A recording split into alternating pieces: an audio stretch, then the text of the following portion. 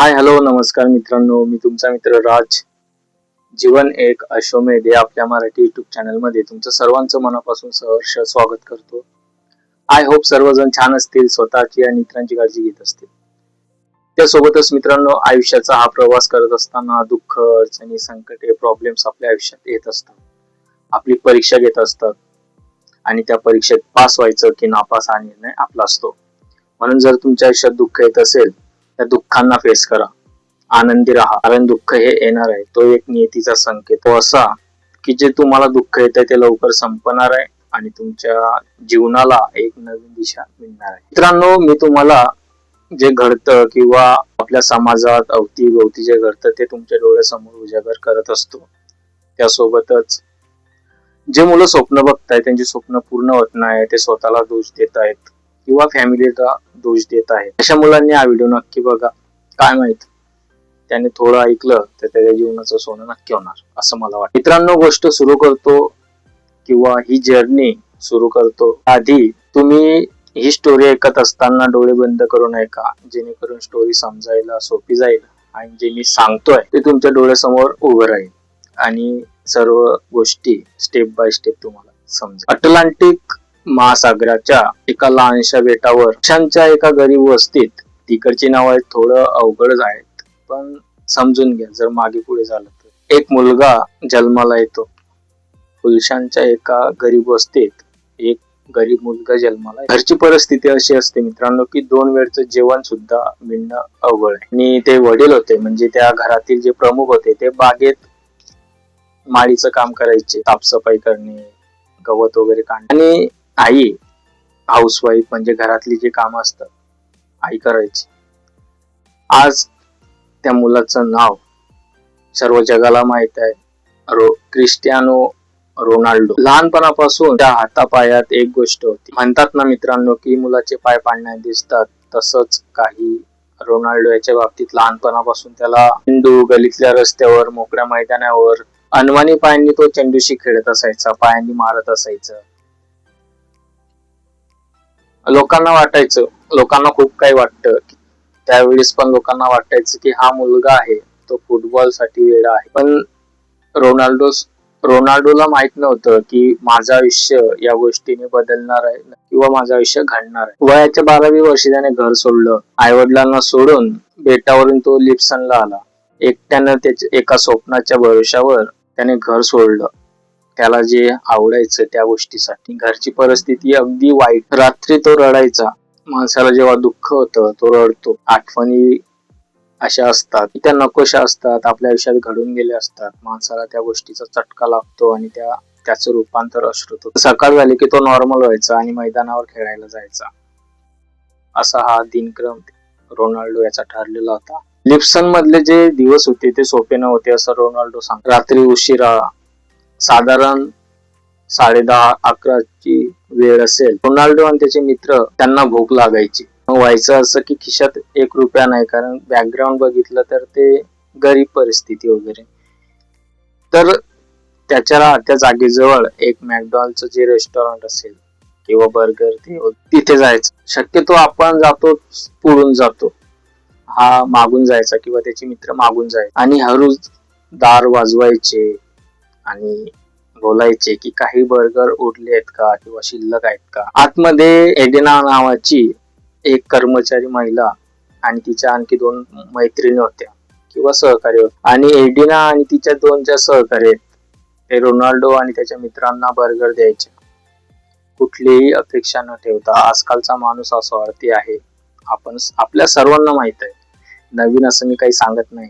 पण एक काळ असा होता की एडिना नावाची जी लेडीज होती, कुठली अपेक्षा न ठेवता ते रोनाल्डो आणि त्याच्या मित्रांना बर्गर द्यायची. तर माणुसकी फुटी आणि खूप मोठा माणुसकीचा धर्म ती जपायची. वर्षानंतर जगजेता झाल्यावरही रोनाल्डोने त्या रात्री कधीच विसरले नाही. रोनाल्डोचं नाव सर्वांना माहित आहे, आदराने घेतलं जातं आणि सर्वच फॅन असतील रोनाल्डोचे असं मला वाटतं. कारण ज्या मुलाने लहानपणापासून संघर्ष बघितलाय त्याला सर्व माहित असेल. जेव्हा रोनाल्डोचा इंटरव्ह्यू घेण्यात आला, मुलाखत, तेव्हा तो सांगतो की ज्या गोष्टी होत्या त्या अविश्वसनीय होत्या, की लोकांचा त्या गोष्टीवर ट्रस्ट बसणार नाही, आता विश्वास बसणार नाही. की मी त्या एडिना नावाच्या लेडीजला खूप शोधण्याचा प्रयत्न केला, पण त्या सापडल्यात नाही. पण आजही इतकं मोठं नाव झाल्यावर नंतरही रोनाल्डोचं नाव खूप मोठं आहे मित्रांनो, आणि एवढं मोठं नाव झाल्यानंतरही त्याला त्या माणुसकीची जाणीव आहे, ही खूप मोठी गोष्ट आहे.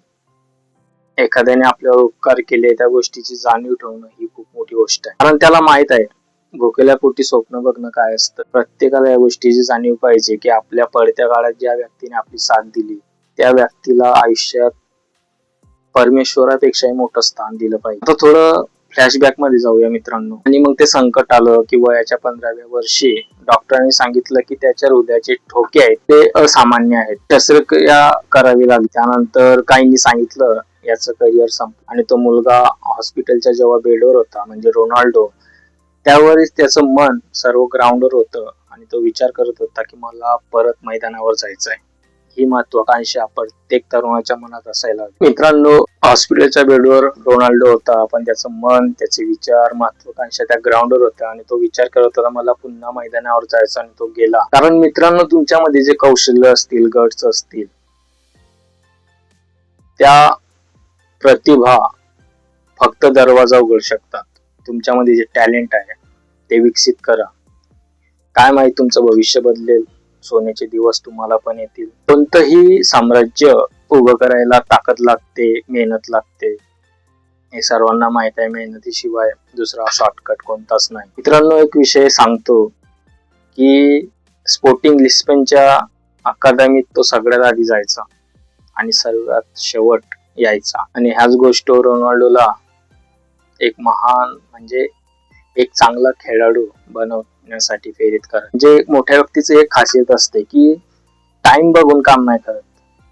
ही खूप मोठी गोष्ट आहे मित्रांनो. त्याचे जे मित्र होते त्याला चिडवायचे, तू रोबोट आहेस का, पण त्याला हसायला यायचं. कारण त्याला माहित होतं जे इतर करत नाही तेच केलं तर इतरांपेक्षा वेगळं होता येतं. जे तुम्ही करतायत समोरचा पण तेच करतोय, त्याला काही व्हॅल्यू नाही. जे कोणीच करत नाही ते तुम्ही करा, त्यात तुम्ही म्हणजे सक्सेस नक्की व्हाल. एखादी व्यक्ती जर तेच करते, तुम्ही तेच करताय, तर नथिंग आहे ते गोष्ट. वयाच्या 18व्या वर्षी मित्रांनो मॅन्चेस्टर युनायटेडने त्याला उचललं. तर अलेक्स फर्ग्युसन यांनी मला एक गोष्ट शिकवली, तुझ्यात प्रतिभा आहे, तुझ्यात कौशल्य आहे, तुझ्यात सर्व काही आहे, पण शिस्त नसेल तर ती सर्व वाया जाईल. त्या दिवसापासून त्यानं स्वतःचं शरीर, स्वतःचं मन, स्वतःचं आयुष्य सगळं एका ध्येयासाठी वाहिलं, अर्पण केलं, स्वाधीन केलं. रोज पहाटे जिम, रोज रात्री व्हिडिओ विश्लेषण, प्रत्येक जेवणाचा हिशोब, प्रत्येक मिनिटाची किंमत. आणि महत्वाचं म्हणजे मोठमोठ्या सिटीमध्ये पार्ट्या केल्या जातात, सेलिब्रेशन केलं जातं, त्या सोडल्या. आरामाचा त्याग केला, कारण त्याला माहित होतं चॅम्पियन कधी सोपा रस्ता निवडत नाही. मोठी गोष्ट आहे. आणि याचा परिणाम दिसू लागला. मैदानावरचा वेग, ताकद, अचूकता, सगळं काही असामान्य. पण यश असतं ते सरळ रेषेत मिळत नाही मित्रांनो. सुरुवातीच्या काळात रोनाल्डो टीका झाली की फार शो ऑफ करतो, स्वार्थी खेळाडू आहे, मोठ्या सामन्यात दबावाखाली येतो, त्याला ट्रॉफीसाठी झुंजावं लागलं, स्वतःला सिद्ध करावं लागलं. प्रत्येक हंगामात, प्रत्येक सामन्यात 2010 मध्ये रिअल मॅद्रिदमध्ये गेल्यानंतर त्याच्यावर सर्वात मोठं ओझं आलं.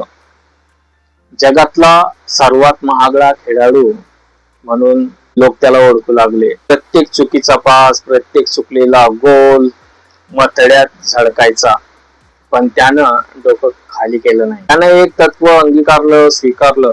ते असं होतं की एखाद्याने जर तुमच्यावर टीका केली तर त्या टीकावर किंवा त्या गोष्टीवर विश्वास ठेवू नये, फक्त स्वतःच्या मेहनतीवर विश्वास ठेवायचा. आणि सुरू झाला तो अध्याय आणि ऐतिहासिक चढाओढ, ज्याने संपूर्ण पिढीला फुटबॉलच्या सर्वोच्च पातळीवर नेऊन ठेवलं.